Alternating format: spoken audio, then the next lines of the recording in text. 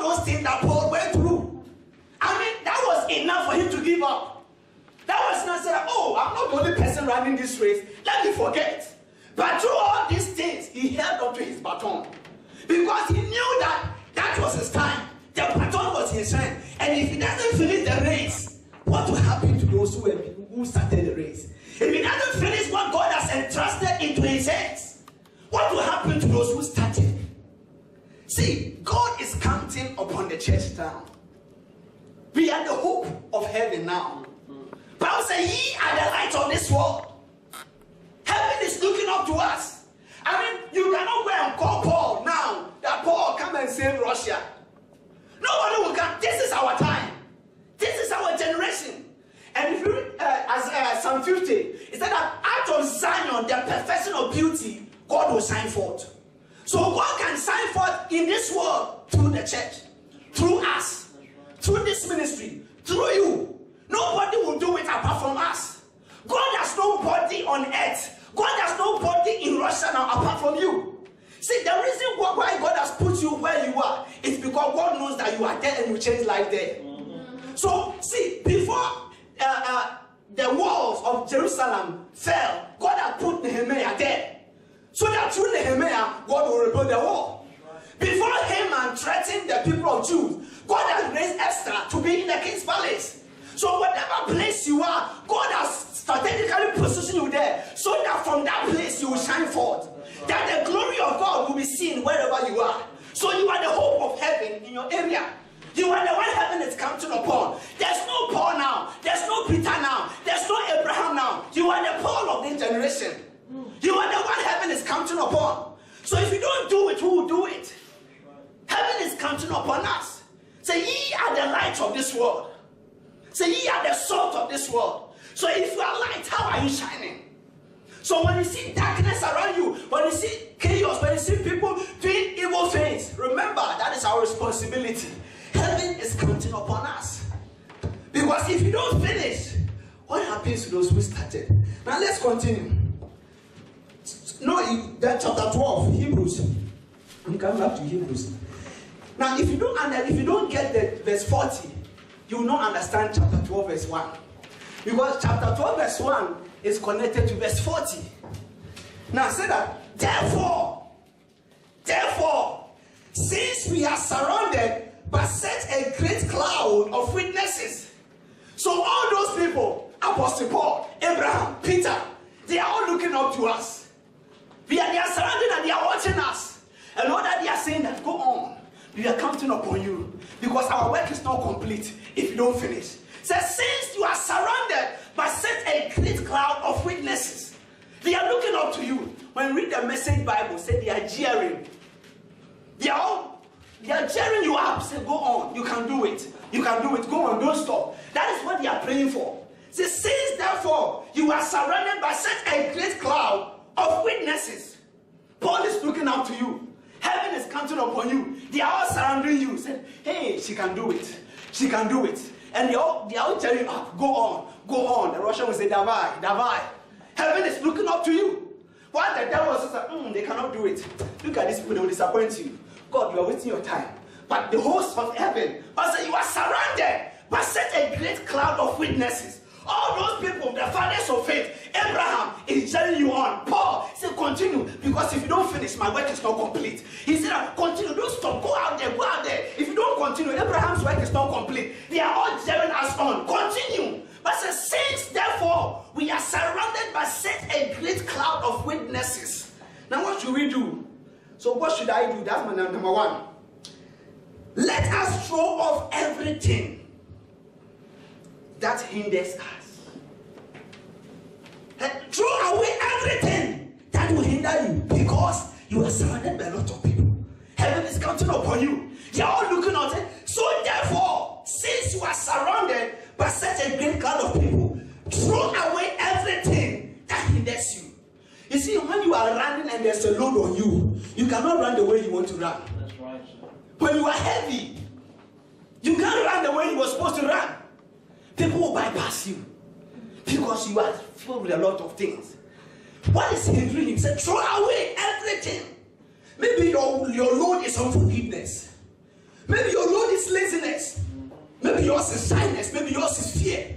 I don't know that which hinders you. But the Bible says because of the baton in your hands, because now the baton is in your hands, throw away anything that will pull you back, anything that will draw you away from God, anything that will stand between you and God, anything that will prevent you from getting to the finish line. Throw it away.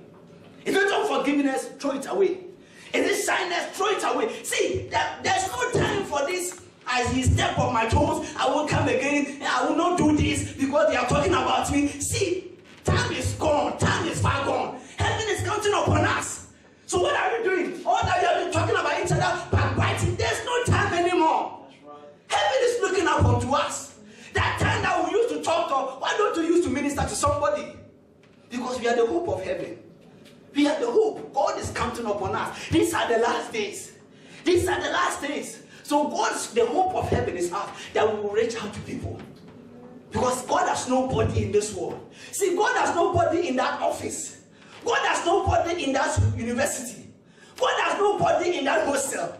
God knows why he puts you in that room. God knows why he surrounded with those people who are smoking. He knows why he puts you among those who are chasing women. Because he knows you are the light. And God said that light shineth in darkness, and darkness comprehended it not. So if you are the light and you are there, you have to show up. If anybody has not seen God and he sees you, you should have an idea of who God is. Because you are the representative of God. But say, ye are the ambassadors of God. We represent God on earth. Nobody represents God apart from us. That's why I said, without us, their work is not complete. See, sometimes I sit down and I think about it. I say, hey, there's work to be done. I mean, without me, all that Paul did is not complete. So if I don't do what I'm supposed to do now, what happens to the future generation? Now ask yourself, with the kind of Christian race you are running now, what will happen to the generation after you? Imagine there's no Christian on earth and you are the only person. How will Christianity be? Imagine there's no Christian on earth. You are the only Christian in that vicinity. How will people see God? How will people see God? How will people feel Christians if you are the only Christian on earth? We cannot drop our baton. No, we can't. Because people are looking up to us. They are counting upon us. We cannot disappoint them. So therefore, throw away everything that will hinder you. What is pulling you down? Paul said that the good things I want to do, I don't do them. But the bad things I don't, they are the things I do. He said, what a poor and wretched man I am. Who can deliver me from this mess? He said, it's not me, but sin that dwelleth in me. But in the place, the same person came to Philip and said that now I can do all things through Christ who strengthens me. He accepted that he had a hindrance. He accepted that he had a weakness. And he called upon God, that God, I cannot remain in this weakness. Said there was a thorn in his flesh. And he prayed unto God, and God said that my strength is perfect in your weakness. So what is it that is hindering you? What is it that anytime you want to draw closer to God, that thing comes and you run away? It might be somebody, it might be an individual. It might be something that you have connected yourself to. Bible said, because you are surrounded by such a great cloud of witnesses, throw away anything that is hindering you, anything that is holding you back, anything that is standing between you and God. It might be a character, it might be anything. You know yourself better than I do. So throw it away. Because heaven is counting upon you. There's no time again. See, those days that we come to warm benches in church, it's over. We have to find something to do in the church. Because heaven is counting upon us. See, you will come and go, so who should do it? You are the one heaven is counting upon. So you come as a visitor every Sunday and you go. You don't want to do anything. Those times are over. Because heaven is looking upon to you. Heaven is counting upon you. Imagine you are the only person in this church. With the way you are doing things, how will the church be? So imagine with the thing that you are, I don't want to think of somebody, think of yourself. So if I'm the only Christian now, how will the future generation be? Can I leave them something they can hold on to? Now look at your family. If you are the only Christian in the family, the future generation, will they continue with what you are doing now? Is it enough for somebody to continue? Heaven is counting upon us. We cannot drop our baton. So number one, throw away everything that hinders you. Now look at the second one. And the sin that so easily entangles you. Number one, throw away everything that weighs you down. Everything that pulls you down, so throw it away. Number two, throw away every sin that easily entangles you. That sin, that thing that easily entangles us, to throw it away. Throw it away. And Brother Edward led us to pray a prayer. He said that whatever thing that is in us, we should pray that God will deliver us. So what is it that is holding you back? That said, heaviness is there. But I said, every sin that easily, you pray that God forgive me the next time you are in. God forgive me the next time you are in. Don't let that discourage you. Keep on praying. Amen. But you have your part to play. Bible said that Daniel purposed in his mind that he will not defy himself. And he will not defy himself. So that we have to purpose in our mind that God will give us the strength to be able to overcome. See, with your flesh, you cannot overcome. Oh, sometimes you will try. We have tried before, it don't work. Yes. You say, I will not do this again. God, I promise. Oh, God, I won't do it again. You see the following day you are doing it. Because you are trying to do it with your flesh. Yes. There's nothing good in our flesh. The flesh always lasts after evil. But that's why we need the Spirit of God to strengthen us to overcome. Amen. As long as we are flesh, let's not be too angelic. As long as we are flesh, we will mess up. We need God to strengthen us. That's what Paul said, I can do all things through Christ who strengthens me. So your being able to do all things depends on God strengthening you. Not because you can pray, because you can pray. Hey, you can pray for 10 hours, but if God does not strengthen you after the prayer, you'll be in a different place. So we need strength from above. Let's say that because of the people surrounding us. Look at the athlete when they are running. Imagine it's like only you and everybody around looking out to you. And that's so we are in the center. Now we are in the middle, and all the heavenly host, they are looking at me. Every day you wake up, they are looking at you. And I said, she will do it. She will do it. She will do it.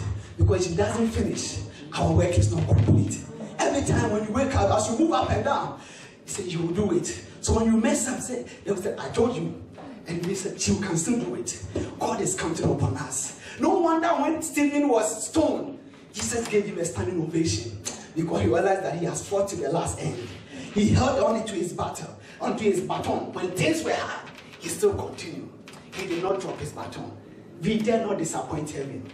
So he said, throw away everything that is hindering you. Everything that is holding you back. Everything. See, sometimes you can go far and you'll be brought back. Sometimes, see, you are seeing people, they had name, they went far, but they could not identify their weakness.